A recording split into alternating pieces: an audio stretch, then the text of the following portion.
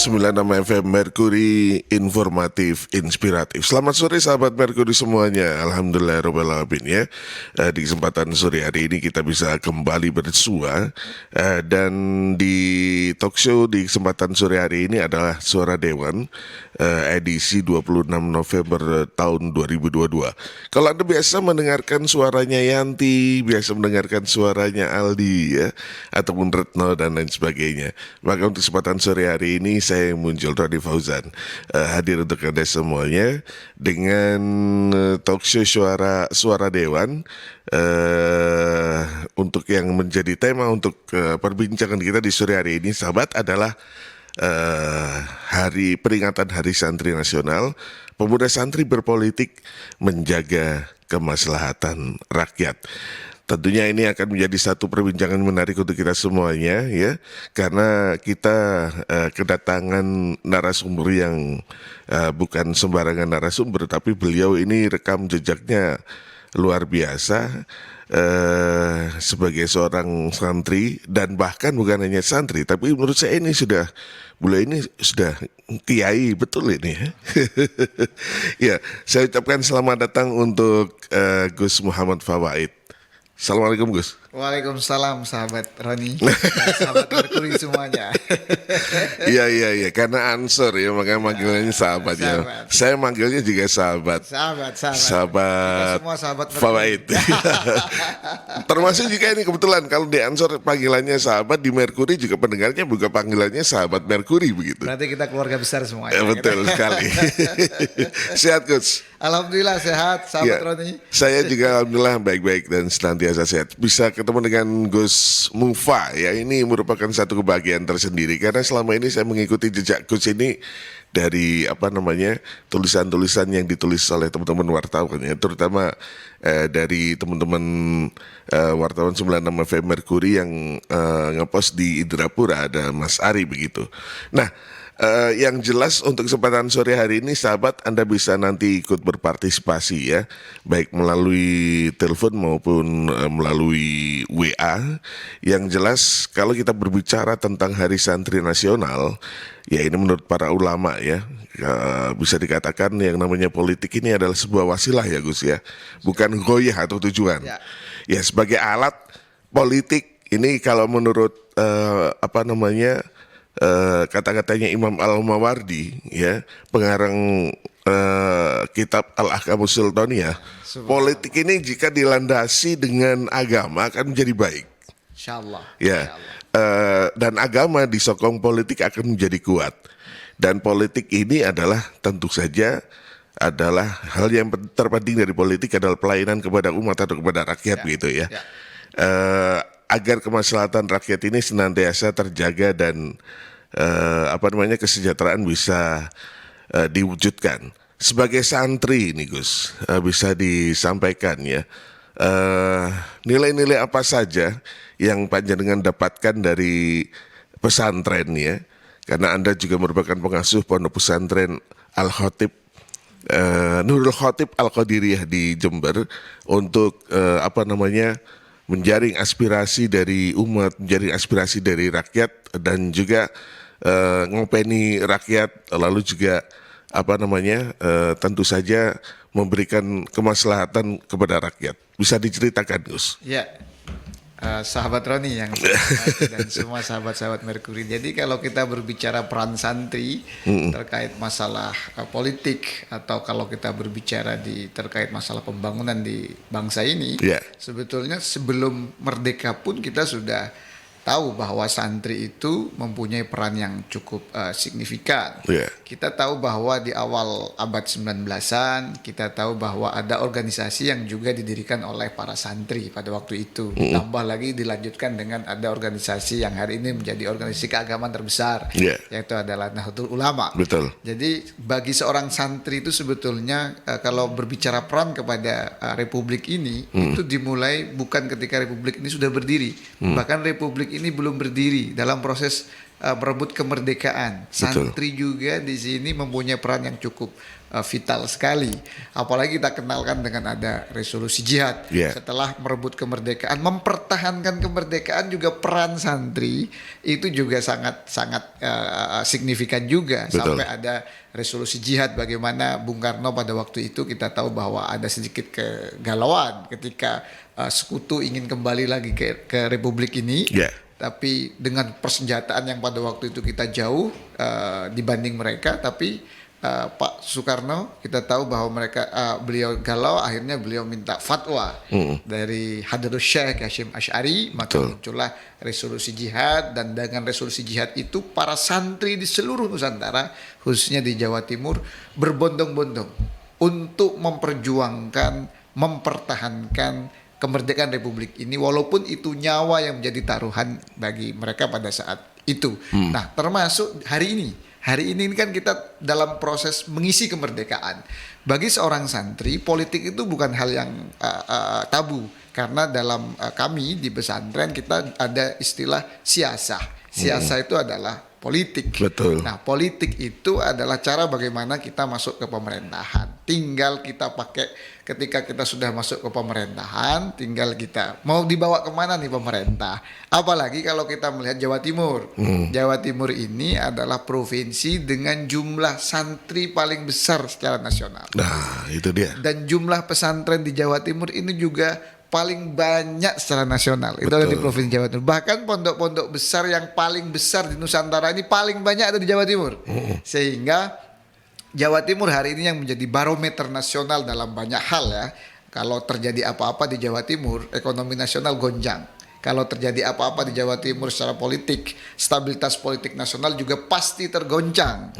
Dan di dalam Provinsi Jawa Timur itu mayoritas santri. Maka apapun yang ada hari ini Jawa Timur tidak lepas dari peran santri. Saya pikir begitu.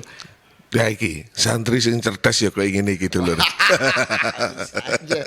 Ya, tapi apa namanya, sebelum kita melangkah ke apa namanya dialog kita selanjutnya ya, ini saya perlu perkenalkan kepada sahabat Merkuri bahwa Gus Muhammad Fawaid ini, di samping tadi sudah sedikit saya tadi perkenalkan bahwa beliau ini juga aktif di PWGP Ansor Jawa Timur ya, sebagai bendahara.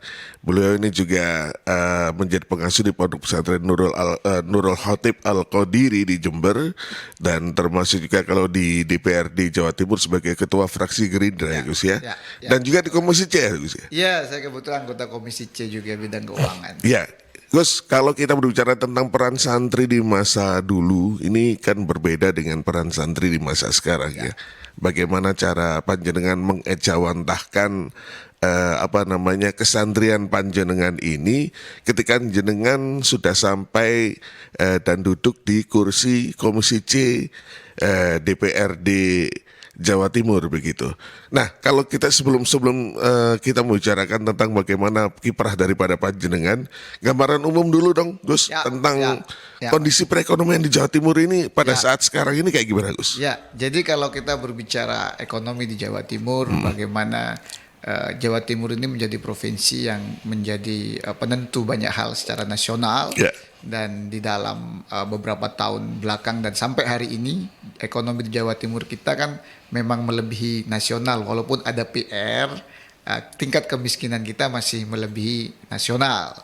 Itu secara kemiskinan ya. Tetapi saya pikir kalau kita melihat ada pandemi COVID kemarin, terus ada PMK, saya pikir itu terjadi bukan cuma di Jawa Timur, tapi di nasional bahkan internasional dunia kan.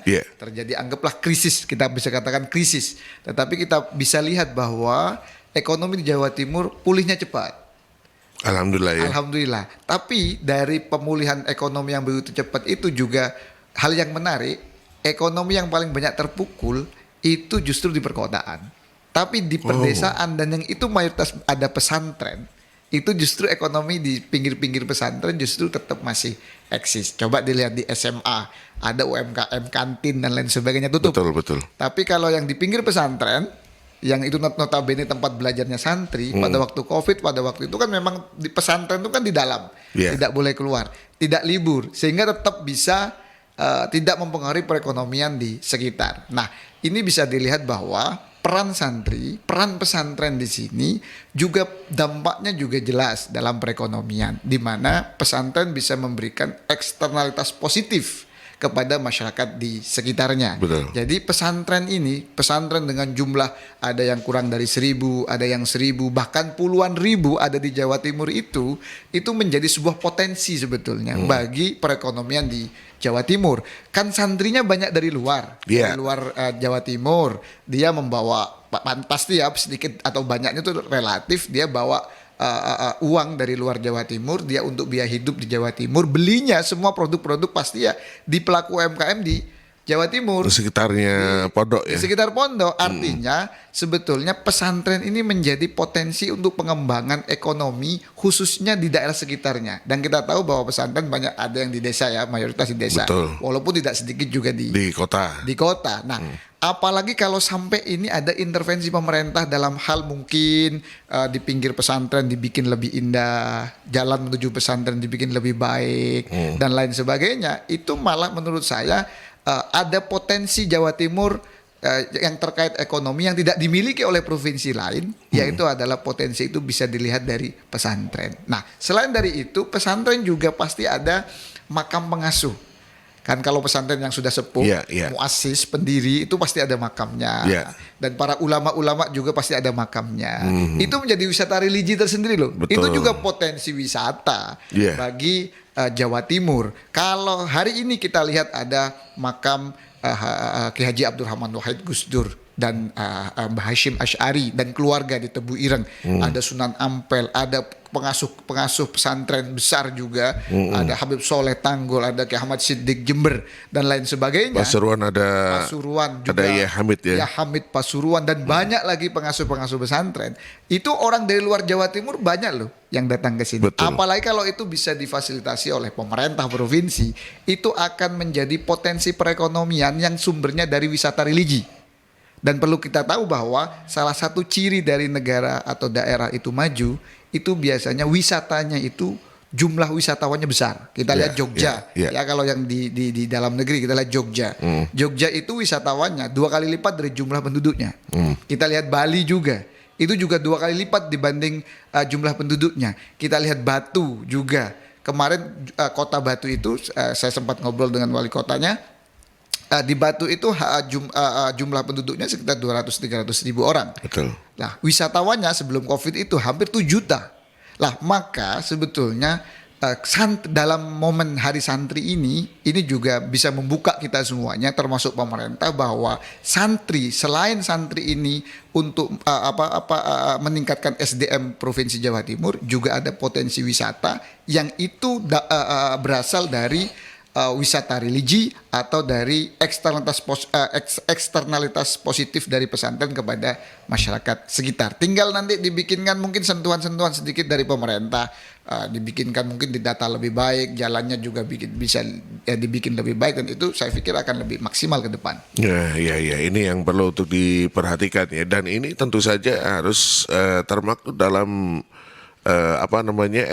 APBD nih Gus ya. APBD. Ya, ini yang jelas agenda paling dekat adalah RAPBD 2023 yang tradisinya tanggal 10 November ini digedok ya. Insya Allah. Nah, Gus, ini bisa disampaikan pula nggak untuk menurut panjenengan kan sudah sudah diketahui bagaimana rancangan APBD tahun 2023 gitu.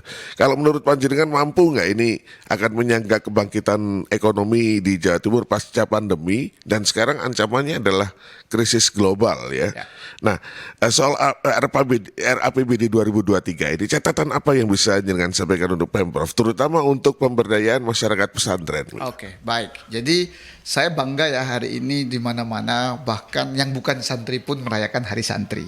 Pakai sarung, pakai sepatu dan lain sebagainya. Saya sebagai santri bangga. Tapi yang paling penting yang kami harapkan sebetulnya dari pemerintah, selain perayaan Hari Santri, yang paling penting itu adalah perhatian kepada pesantren, kepada para santri. Maka kemarin dalam Hari Santri, fraksi Gerindra jelas kami tetap merayakan, tapi yang paling utama komitmen kami bagaimana memperjuangkan anggaran, memperjuangkan perhatian pemerintah kepada para santri dengan pelatihan dan lain sebagainya, dan juga perhatian pemerintah kepada dunia pesantren. Karena kalau hanya dirayakan saja tanpa ada perhatian, saya pikir itu merupakan apa ya mohon maaf nih kasar bahasanya bullshit lah menurut saya kan.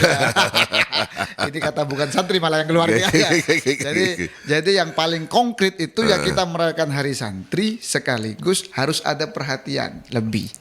Nah, perhatian lebih. Nah, selain itu kalau kita melihat apa saja yang dilakukan oleh pemerintah Provinsi Jawa Timur, saya apresiasi Bu Gubernur Bu Khofifah perhatian kepada santri dan pada pesantren, walaupun itu mungkin bisa kita tingkatkan lagi ke depannya, terutama di dalam RAPBD 2023. Nah, kita di fraksi Gerindra dan kebetulan kita juga di Komisi C, kami ini melihatkan begini. Kalau kita melihat banyak pakar, baik itu pakar ekonomi Indonesia maupun di luar, bahwa 10 tahun, 20 tahun yang akan datang, ini perang yang paling signifikan pengaruhnya ini bukan perang persenjataan, tapi terkait masalah pangan. Nah, itu dia tuh. Terkait pangan. Nah, kita lihat hari ini, mana bukannya apa ya, anak-anak kita, anak-anak Jawa Timur, kalau ditanya cita-citanya, ada nggak yang mau jadi petani? Nggak ada. Nah, jarang sekali. Anak-anak SMA mungkin jarang sekali ya. Pasti rata-rata dokter, pasti rata-rata itu apa namanya jadi lawyer. Kepinginnya merantau begitu kalau udah lulus sekolah gitu ya. Nggak ada,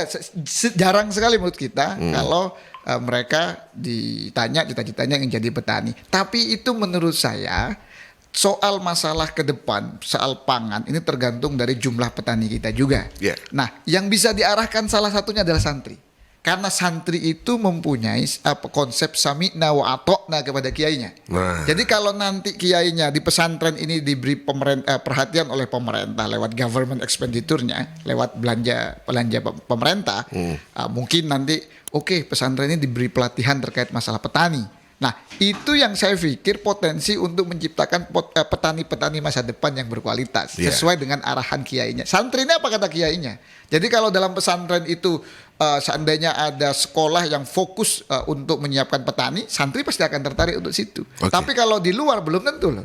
Belum tentu. Jadi maksud kita menyampaikan ini bahwa pesantren ini menjadi potensi dalam banyak hal. Tadi saya bahas soal ekonominya, soal wisatanya. Nah, ini juga potensi menyiapkan SDM masa depan yang dibutuhkan oleh bangsa ini. Salah satunya menyiapkan petani-petani masa depan yang berkualitas. Yang itu susah sekali kita cari di luar, tapi justru bisa kita cari dari dunia pesantren. Tinggal pemerintah hadir di situ. Jadi kalau pemerintah hari ini melihat produksi padi kurang produksi beras kita kurang maksimal, padi kita kurang maksimal, kita masih impor dan lain sebagainya.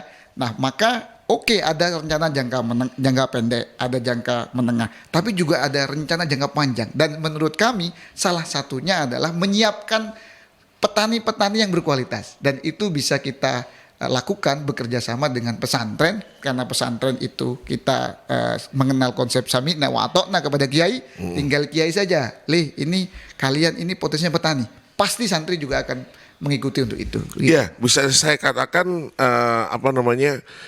pesantren ini akan menjadi semacam kalau itu diinisiasi akan menjadi raksasa ekonomi bagi kebangkitan ekonomi Jawa Timur begitu ya.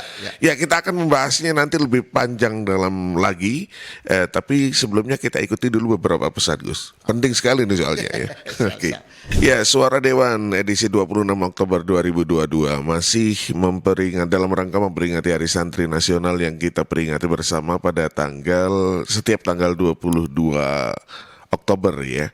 Dan di kesempatan sore hari ini kita bersama dengan narasumber kita yaitu Gus Muhammad Fawaid dengan tema Pemuda Santri Berpolitik Menjaga Kemaslahatan Rakyat. Tadi omongan kita sudah luar biasa, seru sekali bagaimana beliau menggebu-gebu bersemangat ya. Semangatnya adalah semangat mengarahkan perekonomian kita ini adalah untuk juga membangun pesantren begitu ya Gus ya. Ini yang kayaknya tadi saya bilang bahwa tadi jenengan juga sudah sampaikan jumlah pesantren dan jumlah santri di Jawa Timur luar biasa. Kalau dikelola dengan baik ini akan menjadi raksasa ekonomi bagi Jawa Timur begitu ya. Baik, kalau kita berbicara tentang pesantren Gus, kan sudah ada ya perda pesantren begitu ya. Itu masih belum cukup ya Gus ya kalau menurut panjenengan ya. Saya pikir perda itu nanti ditindaklanjuti oleh Pergub. Nah, Pergub itu saya pikir ini menjadi satu-satunya perda pesantren yang pertama ya di Indonesia. Di Indonesia, betul. Itu makanya tadi di awal saya sampaikan bahwa sebetulnya komitmen dari eksekutif maupun legislatif di Jawa Timur ini sudah luar biasa untuk pesantren. Tetapi yang luar biasa itu kan menurut saya harus dibarengi dengan kebijakan-kebijakan konkret nantinya. Ketika sudah ada perda, ada Pergub, tinggal nanti dijabarkan lebih konkret dengan kebijakan-kebijakan yang ada di dalam APBD.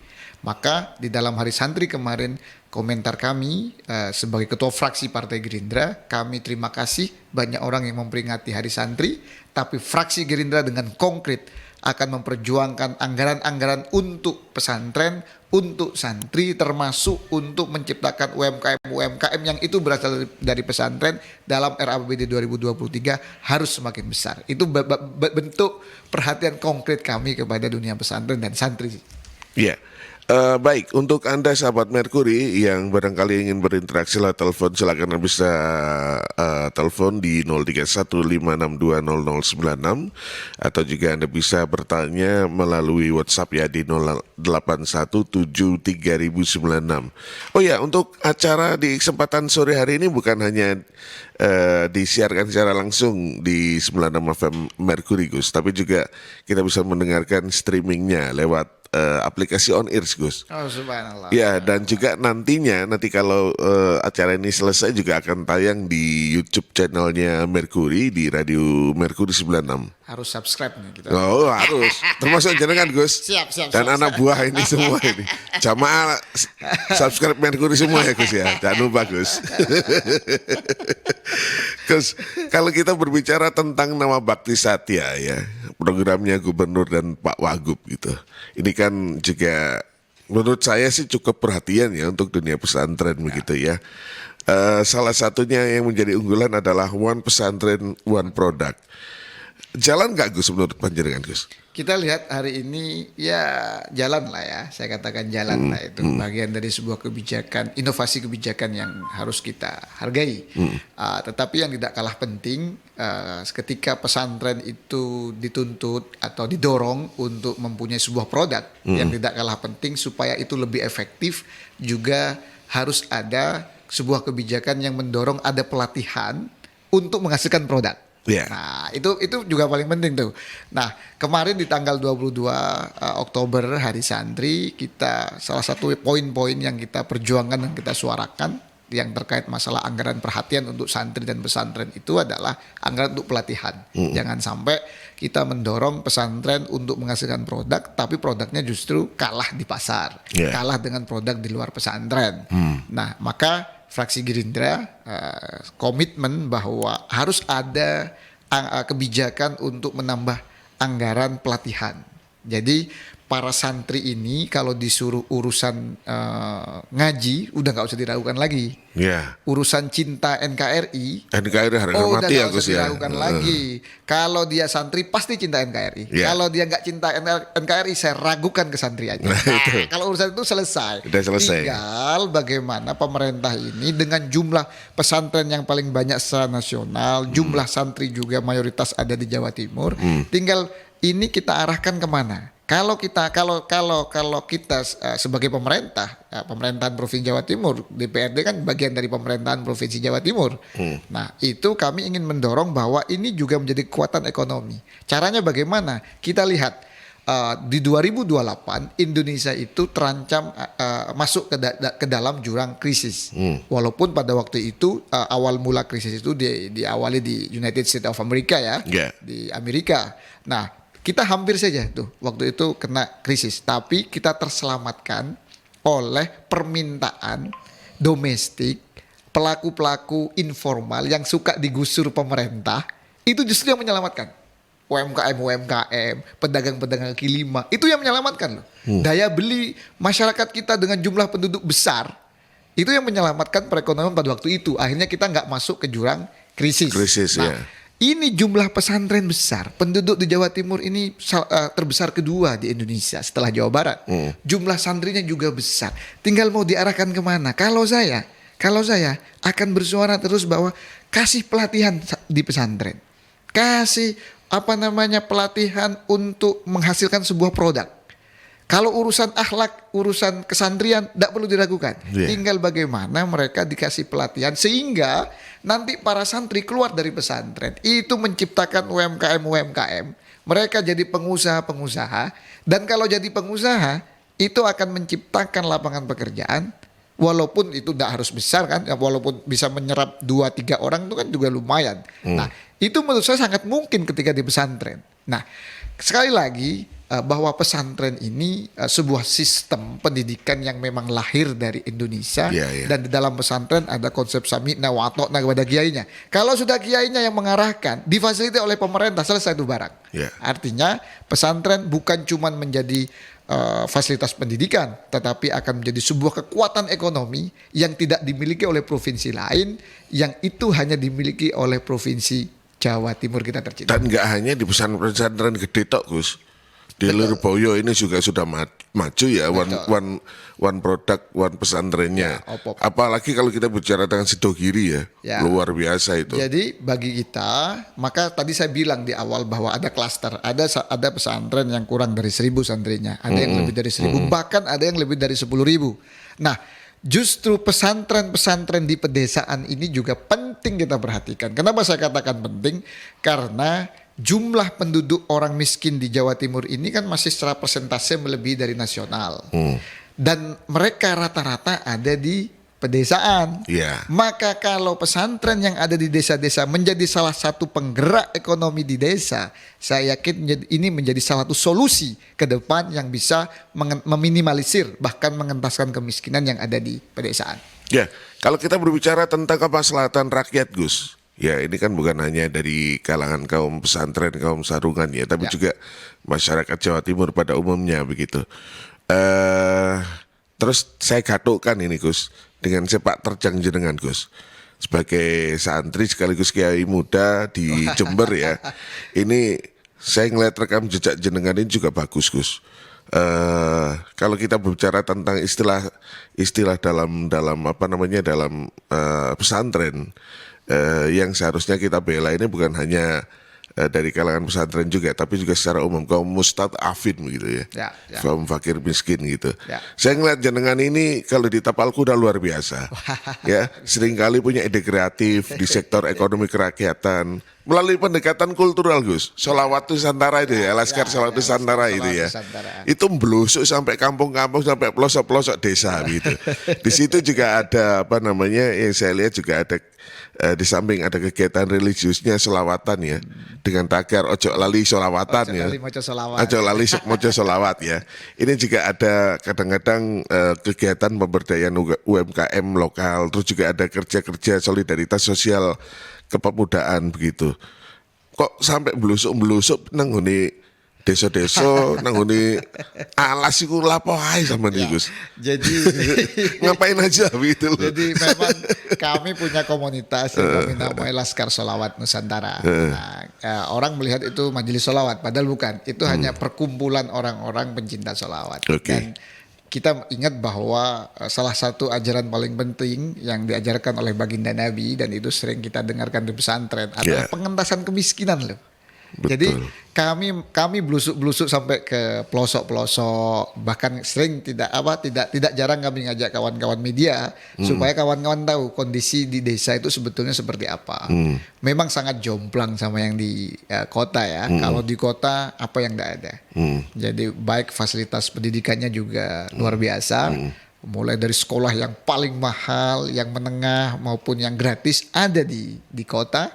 Kalau di desa tidak ada, adanya cuman fasilitas mungkin pendidikan sekolah negeri. Kalaupun mau swasta mungkin adanya di pesantren, itu pun gratis ya. Yeah. Pesantren itu tidak sedikit yang gratis. Nah, maka disitulah kami mengajak kawan-kawan media dan semua kawan-kawan di Laskar Sholat untuk masuk ke desa-desa supaya mengetahui sebetulnya di desa yang kita tahu bahwa hari ini jihad paling menurut saya paling penting adalah jihad pengentasan kemiskinan. Nah, supaya tahu di desa ini yang terjadi seperti apa. Kenapa sih kok penduduk miskin mayoritas di Jawa Timur itu ada di pedesaan?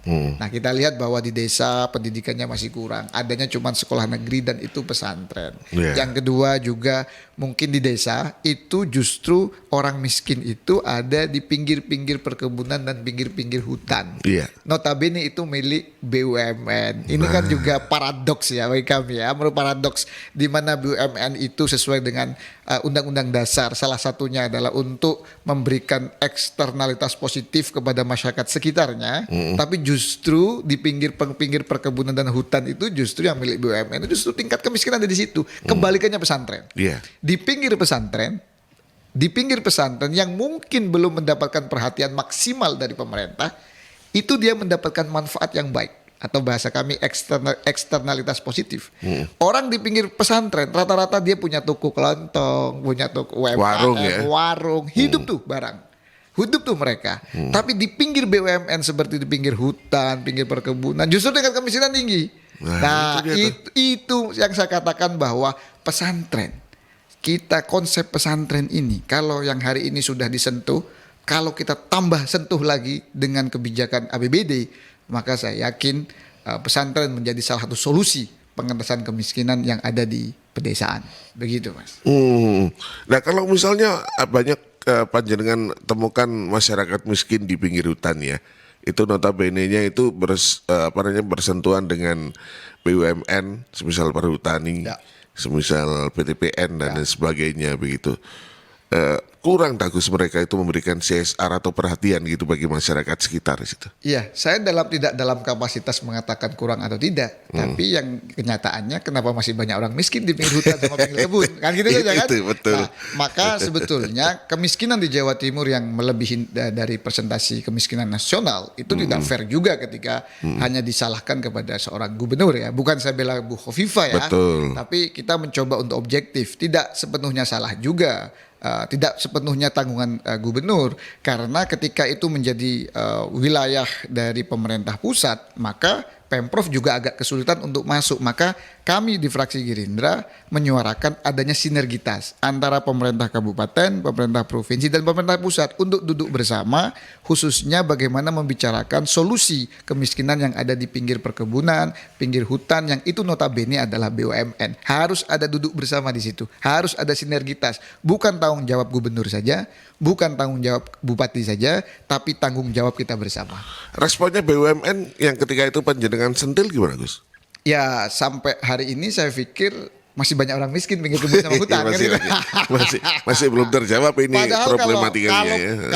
Kalau presiden kita Pak Jokowi itu concern sekali ya dalam pengentasan kemiskinan dan juga sangat membela lah masyarakat yang terpinggirkan, khususnya di pinggir hutan sama kebun. Cuman ya kan pemerintah pusat ini kan tidak mungkin ya Pak Jokowi langsung satu-satu harus dilihat, nggak mungkin ya. Kita akan terus bersuara dan saya yakin ketika suara kita itu semakin didengar oleh pemimpin kita di nasional, insya Allah akan ada solusi ke depannya. PTPN sempat respon tapi kelihatannya masih belum signifikan ya. Ya. Buktinya masih banyak orang miskin di sana. Ini semakin lama semakin hot ini. Semakin hot.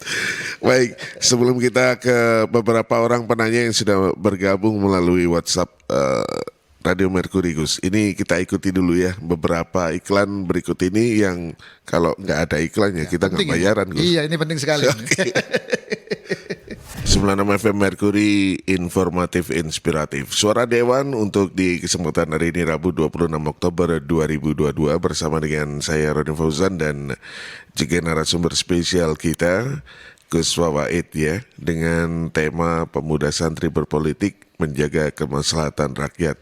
Di mana Gus Wawaid ini di samping juga sebagai pengasuh di Pondok Pesantren di Jember, beliau juga aktif di PWGP Ansor Jawa Timur dan juga sebagai legislator di DPRD Jawa Timur ya, sebagai ketua fraksi Gerindra. Ya, ini ada beberapa yang sudah bergabung nih Gus melalui WA ya di 0817300 Ada beberapa yang sudah ingin menyampaikan pertanyaannya untuk panjenengan jawab ini Gus. Yang pertama ini Pak Ahmadi ya di Sidoarjo begitu. Banyak kalangan santri yang sekarang ini berada di kursi eksekutif maupun legislatif. Lalu apa yang bisa diberikan oleh santri untuk masyarakat dan juga pesantren begitu.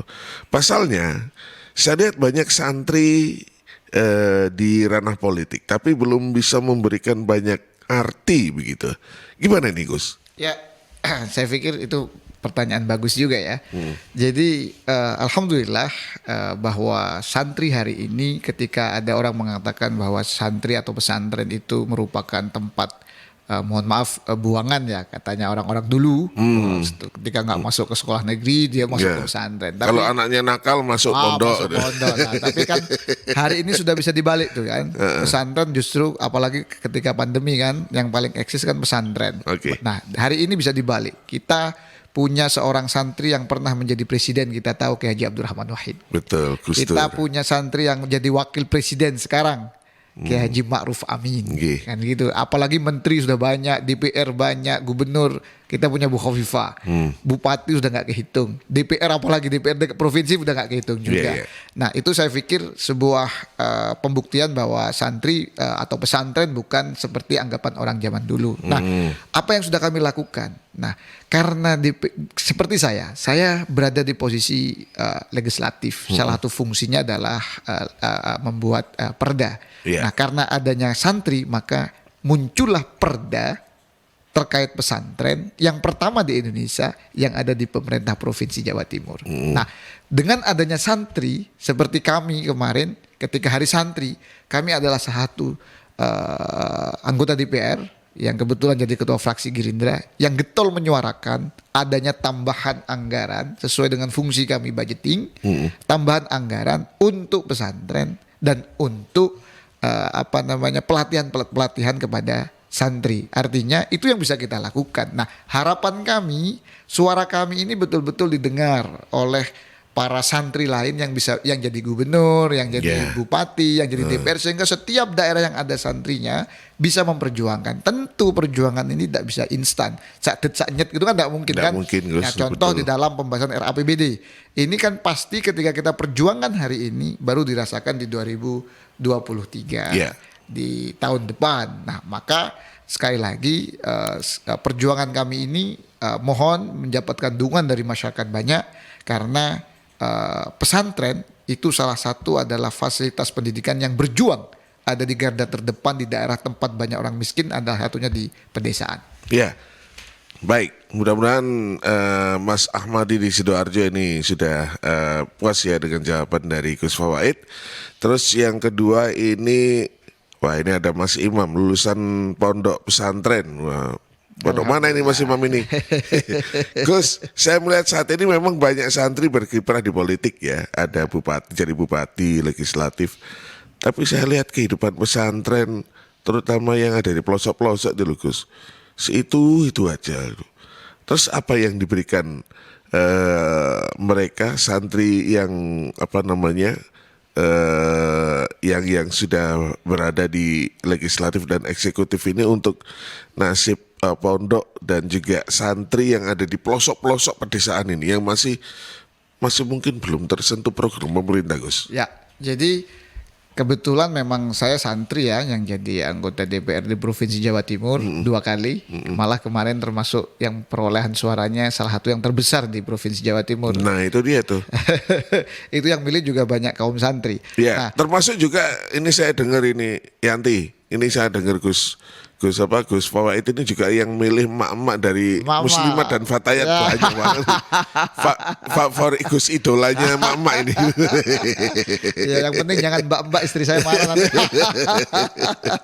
Jadi saya pikir bisa dilihat bagaimana sepak terjang kami. Di 2014 kami pertama kali dipilih menjadi anggota DPR, suara kami 38.000. Di 2019 suara kami 228.000. Yeah. Ada peningkatan yang signifikan. Salah satu yang kita perjuangkan adalah dunia pesantren. Kalau hari ini dikatakan bahwa kenapa pesantren-pesantren di Jawa Timur masih belum maksimal, maka tolong dong di 2024 pilih banyak anggota DPR dari kalangan santri supaya lebih bisa memberi manfaat Itu kepada dia. pesantren-pesantren. Itu Mungkin dia. jumlahnya hari ini masih kurang. Tapi Bang, bahwa politik sebetulnya bagi kalangan santri bukan baru-baru ini. Iya, betul. Dari zaman dulu, dari zaman Wali Songo. Dari zaman Wali Songo juga kita tahu bahwa Wali Songo masuk ke bumi Nusantara ini salah satunya adalah lewat jalan siasa. Mendirikan kerajaan Demak, ada yang jadi penasihat raja, kalau sekarang namanya Watimpres kan gitu. Iya. Ada yang jadi adipati, pejuang-pejuang Islam dulu kan gitu kan. Nah, yang sekarang namanya mungkin bupati dan Iya, bukan iya, hal baru iya. saja. Kebetulan saja hari ini mungkin dengan terbukanya dunia teknologi, dengan adanya Mercury FM, Mercury 96 FM gitu kan ya. Iya. Baru semakin jelas bahwa ternyata banyak ya santri yang jadi anggota DPR, yang jadi bupati, jadi gubernur dan lain sebagainya. Termasuk Gus Mufa ini yang sekarang di Gerindra luar biasa ini ya. Maka satu insya Allah nih, satu di Gerindra calegnya banyak dari santri lah. Oke. Ya, siap. Baik, terima kasih untuk Mas Imam ya. Dan, terus juga ada pertanyaan berikutnya ini, Pak Fandi Gus. Apa yang menjadi keinginan terdalam dari seorang Gus Fawaid untuk bisa menjadikan pesantren wadah mencetak santri-santri andal dalam bidang agama, termasuk juga skill, termasuk juga dalam bidang kemajuan teknologi ya, yang tentunya ini bisa berguna bagi masyarakat dan bangsa negara ini. Begitu. Ya, jadi salah satu negara atau bangsa yang maju, kita tahu ada 3 macam negara. Ada negara sedang berkembang, ada negara miskin, ada negara sedang berkembang, dan ada negara maju. Dan ketika kita lihat, salah satu ciri dari negara maju itu adalah peradabannya, akhlaknya sudah bagus. Maka dikatakan oleh baginda Nabi, afdhalul ilmil hal, ilmu yang paling utama itu adalah akhlak. Dan pesantren sudah melakukan itu. Sebelum ada istilah pendidikan berkarakter, pesantren sudah mengajarkan itu ratusan tahun yang lalu, bahwa afdhalul ilmu ilmul hal. Nah, yang kedua, harapan saya tentu bahwa pesantren ini menjadi tempat memunculkan pusat-pusat pertumbuhan ekonomi yang baru. Jadi pesantren ini tidak cuma bermanfaat untuk masyarakat sekitar, tapi masyarakat Jawa Timur atau bangsa Indonesia secara umum. Dan itu perlu sentuhan dari pemerintah, perlu sentuhan dari pemerintah lewat intervensi anggaran dan lain sebagainya. Nah, kemudian santri itu bisa menjadi pelaku-pelaku usaha-usaha baru. Kita tahu bahwa Indonesia belum jadi negara maju dengan jumlah pengusaha yang masih relatif jauh dibanding Singapura, dibanding Malaysia. Kita jumlah pengusahanya lebih kecil. Dan salah satu harapan saya itu bisa dicetak pengusaha-pengusaha baru itu dari kalangan pesantren. Santri sangat mudah diarahkan, santri sangat mudah untuk dicetak menjadi apapun, termasuk menjadi pengusaha. Kalau dai mah tempatnya kan gitu kan. Kiai mah tempatnya menjadi pengusaha. Tinggal bagaimana keinginan pemerintah hari ini, perhatian dari pemerintah hari ini lebih mungkin lewat memberikan fasilitas. Kalau selama ini mungkin fasilitasnya hanya gedung, mungkin ke depan bisa fasilitas-fasilitas yang bisa mendorong munculnya entrepreneur dari dunia pesantren. Wah, ini ya keren sekali nih. Kalau misalnya itu kita bisa jalankan, luar biasa. Amin. Jawa Timur akan menjadi provinsi dengan perekonomian berbasis pesantren yang waduh, saya nggak bisa menggambarkan ini ya bagaimana ini nantinya ke depan untuk kemajuan ekonomi kita gitu. Terakhir Gus, wah ini spesial ini Gus. Siap. Spesial ini dari Pakai telur nak? ya, pakai telur ini. Ini juga seorang tokoh tokoh muda yang inspiratif di kota Surabaya ini. Subhanallah. Ini kerabat jenengan juga ini ya, maksudnya Iya. juga insya Allah sangat juga dekat dengan jenengan. Gus Ahmad Maududi. Subhanallah, itu tokoh Gus Dodi, assalamualaikum Gus. tokoh muda NU, Iya. anak muda NU yang luar biasa. Putranya Yai Ali Maskan Musa ya. Insya Allah jadi bendara Gerindra Kota Surabaya juga itu. Ya. Ini wah pertanyaannya sedikit menyentil Gus Dodi, ini berani sekali ini menanyanya ini ya, maksudnya terkait proses dorongan pencalonan untuk Cagup 2024 Gus. Ya apa Gus? Ya, mari Gus. saya pikir semua itu sudah ada jalannya, sudah ada takdirnya, dan kita tahu bahwa masyarakat di dalam era demokrasi ini mempunyai kewenangan yang luar biasa di dalam menentukan siapa pemilihnya. Tapi kalau kita melihat tren hari ini, memang masyarakat suka dengan pemimpin-pemimpin yang dari kaum milenials. Ini ya. Itu terbukti saya di pemilu 2019 yang banyak milih saya itu mama. Mungkin melihat saya mungkin masih muda kan itu. Ya, good looking ya Gus ya. Ya perlu ya. Pesantren, orang pesantren itu nggak hanya identik dengan sarungan ya, pakai baju takwa, tapi juga good looking ini harus Gus. Iya, saya pikir urusan penampilan santri itu kan adanya sebetulnya ciri santri itu bukan di sarung atau di baju kuku sebetulnya, tapi dari akhlak. Iya, betul sekali. Dari akhlak. Jadi kita boleh mengaku santri kalau kita punya akhlak yang baik. Betul. Karena kita tahu bahwa dawuhnya baginda Nabi innama bu'istu liutammima makarimal akhlak. Beliau diutus ke muka bumi untuk memperbaiki akhlak. Ditambah lagi afdhalul ilmi ilmul hal, ilmu yang paling utama adalah akhlak. Artinya kalau dia mengaku santri, akhlaknya jelek, saya ragukan kesantriannya. Yeah. Kalau Gus Mufa ini Cagup 2024 ya, atau Cawagup 2024, ya Gus Dodi ini nanti calon wali kota juga ini. Iya.